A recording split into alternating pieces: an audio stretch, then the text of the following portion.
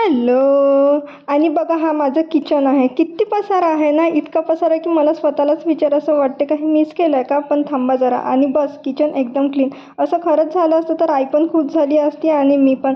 असं होत नाही. असो, संध्याकाळ झाली आणि आकाशात एकदम सुंदर चंद्राची कोर दिसली. इतकं कोणी कसं काय शांत असू शकतं.